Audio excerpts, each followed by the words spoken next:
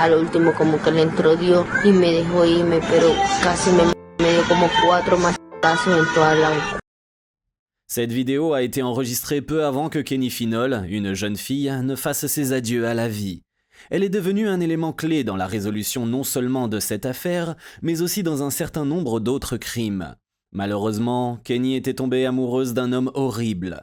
Lorsqu'elle a enfin compris qui il était vraiment, il était trop tard.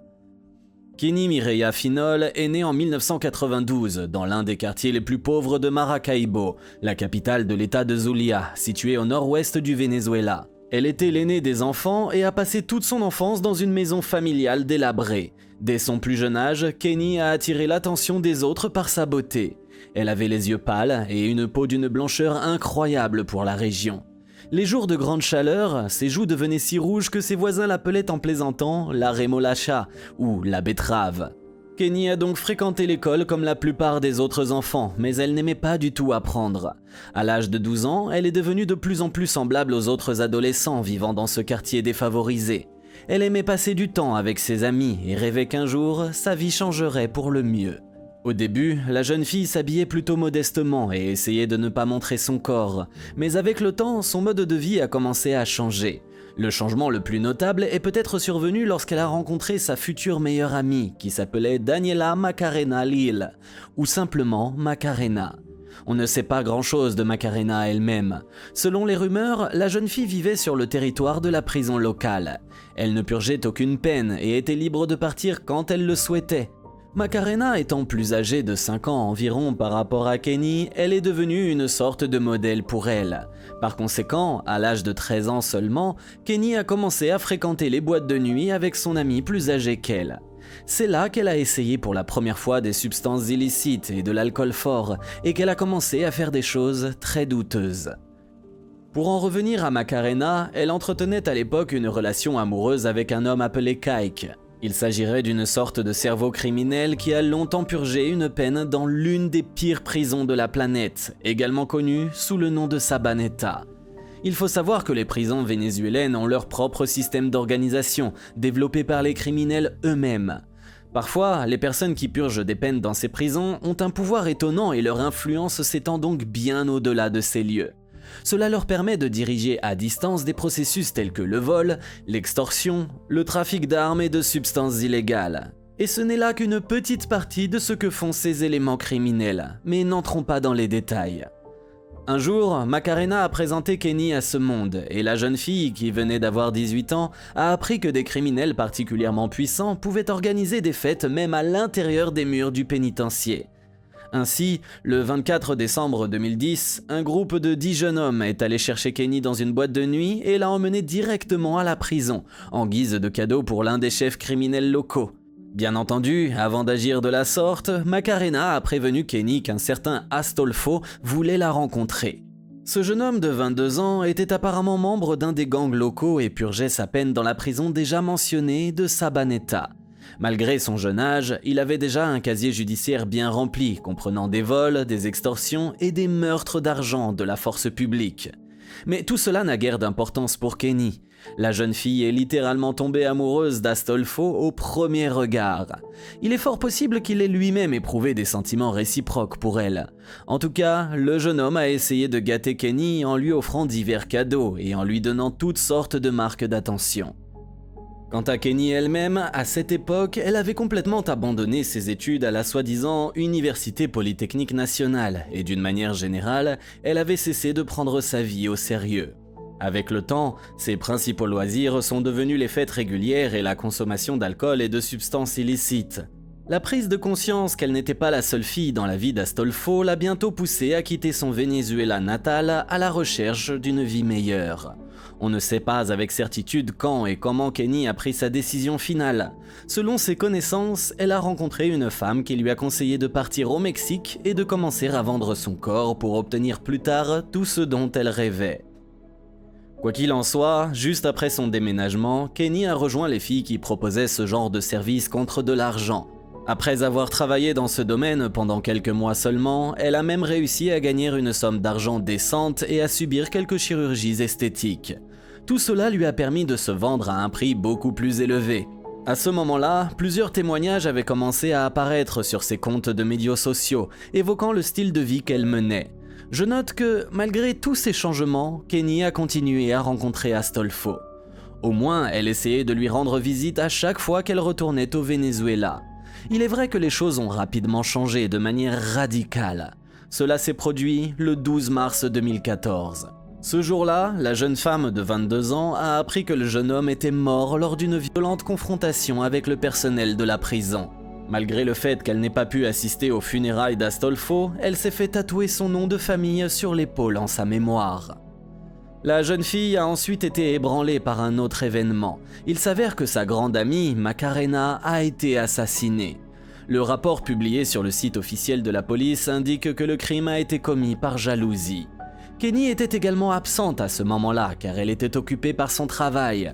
Selon certains rapports, elle était déjà connue au Mexique comme l'une des filles les plus chères de son secteur. Sa clientèle était généralement composée de personnes qui gagnaient de l'argent de diverses manières. Le portail où elle vendait ses services était contrôlé par le cartel La Unión Tepito et s'appelait Zona Divas.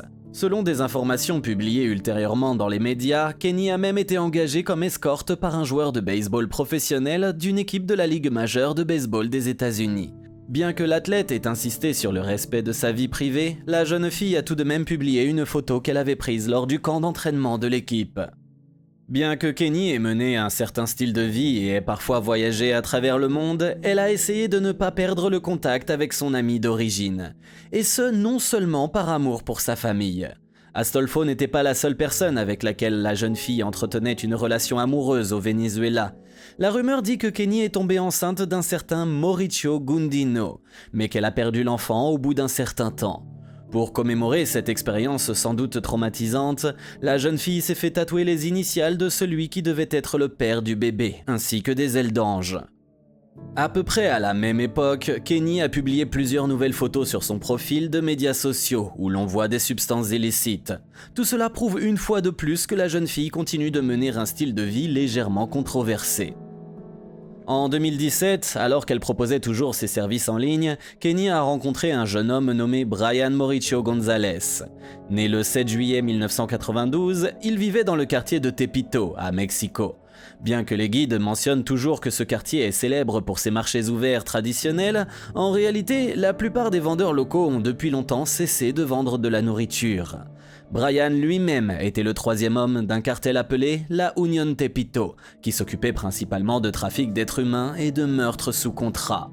Lorsque Kenny et lui se sont rencontrés, le bureau du procureur métropolitain menait déjà 3 enquêtes parallèles contre lui.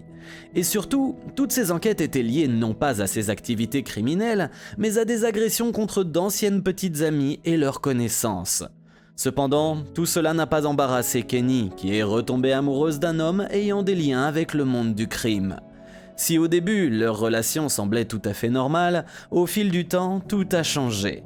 On ne sait jamais exactement quand Brian a commencé à harceler Kenny. Peut-être utilisait-il les menaces comme une sorte d'instrument d'influence, car rien ne pouvait calmer sa jalousie à l'égard de Kenny.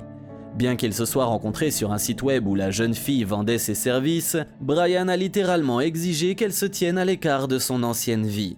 En fait, ce sont les insécurités du jeune homme qui ont rendu la vie de Kenny encore plus difficile et misérable. De plus, González est passé instantanément de la simple menace à l'agression physique. En juillet 2017, la jeune fille a publié une autre photo d'elle sur son compte Facebook. On y voit clairement de multiples blessures sur son visage. À peu près au même moment, Brian lui a coupé presque tous les cheveux comme nouvelle punition. Il pensait peut-être qu'avec cette apparence, il serait plus difficile pour la jeune fille de trouver de nouveaux clients. Selon ses amis, le jeune homme l'a également forcé à participer à la distribution de substances illégales. Lorsque Kenny a enfin compris qui était réellement Brian González, elle a voulu mettre fin à leur relation et s'enfuir, mais il ne l'a pas autorisée à le faire. En octobre de la même année, il a entamé une nouvelle relation amoureuse avec une Argentine nommée Karen. Fait remarquable, elle gagnait sa vie de la même manière. Kenny elle-même avait déjà eu le temps de penser qu'avec le début d'une nouvelle relation, Brian la laisserait partir, mais en fait, c'était exactement le contraire. González avait en effet mis sa petite amie sur elle et lui avait ordonné de surveiller ses moindres faits et gestes. Dans ses conversations avec ses amis, Kenny a toujours dit que Brian était un vrai psychopathe. Elle l'a toujours décrit comme quelqu'un qui blessait les gens avec enthousiasme, comme si c'était ce qu'il préférait faire. Je note également que la relation entre Brian et Karen n'a pas duré 2 mois et que le 27 décembre 2017, le corps sans vie d'une jeune fille a été retrouvé dans un quartier de Mexico. Difficile de dire s'il s'agit d'une coïncidence ou non, mais le même jour, le jeune homme a retrouvé Kenny. Il a même dû utiliser un faux nom pour commander ses services. Lorsqu'elle est arrivée à l'adresse indiquée, il l'a frappée si fort que son visage a instantanément gonflé. Il lui a également cassé le bras et lui a coupé les cheveux à l'aide d'une machette. Casi me agarró a matazo, tengo 5 puntos en la cabeza, mira. Mira todos los boliches. Me mete la que no puedo abrir bien, me partió todo atrás, al último como que le entró Dios y me dejó irme, pero casi me dio como 4 macetazos en todo el cuerpo. Plus tard, Kenny a été victime d'une autre attaque de la part de Brian. Cette fois, le jeune homme l'a non seulement battue, mais il l'a également menacée de violence si elle ne retournait pas au Venezuela. Après chaque agression, Kenny a enregistré de courtes vidéos pour documenter ses blessures. Dans l'une de ces vidéos, elle a même mentionné González, le suppliant de lui donner le temps de se rétablir et de quitter le pays. O sea, ¿cómo voy a agarrar ahorita así para el aeropuerto? Mírame todo, la doctora acaba de venir y me dijo que me echara un baño para quitarme todo, para agarrarme los puntos. Me dijo que me va a agarrar como 10 puntos en la cabeza porque tengo una abertura muy grande y al lado también. Y el brazo lo tengo fracturado. Juste après cela, la jeune fille a disparu pendant un certain temps. Elle a supprimé son profil de ce même portail et a essayé de se tenir à l'écart des médias sociaux. Kenny pensait probablement que tout cela pourrait calmer Brian. Cependant, elle n'aurait certainement pas dû rester au Mexique. Le vendredi 23 février 2018, Kenny s'est aventuré hors de son appartement secret pour retrouver des amis et se rendre à un festival de musique électronique. Elle ne s'est cependant jamais rendue au rendez-vous et quelques jours plus tard, les autorités locales ont découvert son corps sans vie dans la municipalité d'Ecatepec de Morelos. La jeune femme de 26 ans a sans aucun doute été victime d'un crime d'une violence inouïe. Elle avait été maltraitée pendant longtemps, battue, et son visage avait été mutilé à l'acide. Les amis de Kenny qui se sont rendus immédiatement à la morgue ont à peine reconnu la défunte comme leur amie. Un jour avant de mettre fin à ses jours, Kenny a parlé à sa mère et à d'autres membres de sa famille. La jeune fille leur a dit qu'elle voulait rentrer chez elle, au Venezuela. Après avoir appris l'incident par les médias, les proches de la victime ont rapidement demandé aux autorités d'organiser le rapatriement de la dépouille de Kenny dans son pays d'origine. Le corps de Kenny a été rapatrié au Venezuela 33 jours seulement après sa découverte. Lors des funérailles, de nombreuses personnes qui connaissaient le défunt ont pleuré de façon inconsolable. Ce n'est pas surprenant car Kenny était une fille joyeuse, gentille et extravertie qui s'entendait bien avec tout le monde. Ce jour-là, sa maman, comme la situation l'exigeait, a prononcé un discours poignant et émouvant. Elle a finalement déclaré qu'on lui avait volé le sens de la vie. Elle a également demandé au gouvernement mexicain de faire tout ce qui est en son pouvoir pour que justice soit rendue et que les responsables de la mort de sa fille soient punis. Porque me deja un vacío muy grande, chamo, muy grande. Yo lo que quiero es justicia, chamo. Que el que fue que pague por esto. Eso es lo que yo pido, justicia, que la muerte de mi hija no quede impune. 4 mois après la mort de Kenny, ces vidéos réalisées par la jeune fille elle-même ont été rendues publiques. Dans certaines d'entre elles, elle désigne directement Brian González comme l'homme qui aurait pu lui ôter la vie. Dans presque toutes ces vidéos, le visage de Kenny était complètement couvert de sang. C'est d'ailleurs grâce à ces enregistrements que les forces de l'ordre ont obtenu de nouvelles preuves de l'implication de Brian González dans le massacre de la jeune fille. Jusqu'alors, les proches de la défunte avaient lié ce qui lui était arrivé à ce jeune homme. Mírame todo, o sea, estoy demasiado inflamada. Espérate que se me pase un poquito para yo movilizarme porque no me puedo mover. Igual no voy a salir de aquí de la casa hasta que ya se me baje como la inflamación. Et pourtant, bien que les autorités sachent exactement où se trouve l'auteur présumé, elles ne sont pas pressées de l'arrêter et il reste en liberté. Me decía, mami, tengo mucho miedo, me va a matar. Y hasta que llegó el día y me la mató. Ella se fue a trabajar en México para trabajar, para ayudarme a mí, porque yo soy una mujer enferma. Ce n'est qu'un an après le meurtre de Kenny, soit au début du mois de février 2019, que les forces de l'ordre ont appréhendé Brian sans tirer un seul coup de feu. Au moment de son arrestation, l'auteur présumé se trouvait dans sa propre voiture en compagnie d'une autre fille qui, comme Kenny, était originaire du Venezuela. Selon les journalistes au moment de l'arrestation, Brian n'était pas du tout farfelu et a demandé aux policiers de ne pas le frapper. Apparemment, cette opération a permis de sauver la vie de la jeune fille qui l'accompagnait. D'ailleurs, elle a immédiatement commencé à crier et à supplier les officiers de l'aider à rentrer dans son pays d'origine. Bien que son identité n'ait jamais été révélée, on peut dire qu'elle était semblable à celle des autres victimes de Brian. Selon le Secrétariat pour la sécurité des citoyens de la ville de Mexico, l'arrestation de Brian González a non seulement porté un coup sérieux au sommet de l'un des pires cartels, mais a également contribué à l'élucidation de plusieurs affaires criminelles liées à des meurtres de jeunes filles. Cependant, la liste des crimes commis par cet homme est bien plus longue. Selon les autorités, il a été impliqué dans la mort d'au moins 10 personnes au cours des dernières années. Lors de son arrestation, les autorités ont également trouvé une grande quantité de substances illicites dans sa voiture. Après un certain temps, le criminel a été remis au bureau du procureur général de l'État. On sait qu'au cours des jours suivants, il a été interrogé par divers fonctionnaires. Rien d'étonnant à cela, puisque González a joué un rôle clé dans l'élucidation de plusieurs crimes. Étonnamment, malgré toutes sortes de faits liant le détenu aux infractions susmentionnées, il était probable à 100% qu'il ne soit condamné qu'à une peine de 5 ans pour distribution de substances interdites. Ainsi, le samedi 19 novembre 2022, après avoir passé près de 3 ans de sa vie dans un centre de détention, Brian González a été libéré. Il n'avait en effet réussi à purger qu'un peu plus de la moitié de sa peine d'emprisonnement. Il est apparu que les prisons mexicaines étaient surpeuplées et que le système judiciaire local ne considérait pas la distribution de substances illicites comme un délit grave. Bien entendu, le bureau du procureur de l'État a tenté de faire appel de cette décision de justice, car il avait de bonnes raisons de croire que Brian avait été impliqué dans un certain nombre d'autres délits plus graves. Toutefois, l'accusation n'a pas été en mesure de fournir suffisamment de preuves tangibles pour le relier directement à ces affaires. Il semble que le système judiciaire mexicain obéisse à ses propres lois, qui ne sont pas toujours claires pour les forces de l'ordre ou les citoyens ordinaires. Une fois libre, González a poursuivi ses activités criminelles, comme si de rien n'était. Mais qui peut dire qu'il a cessé ses activités ?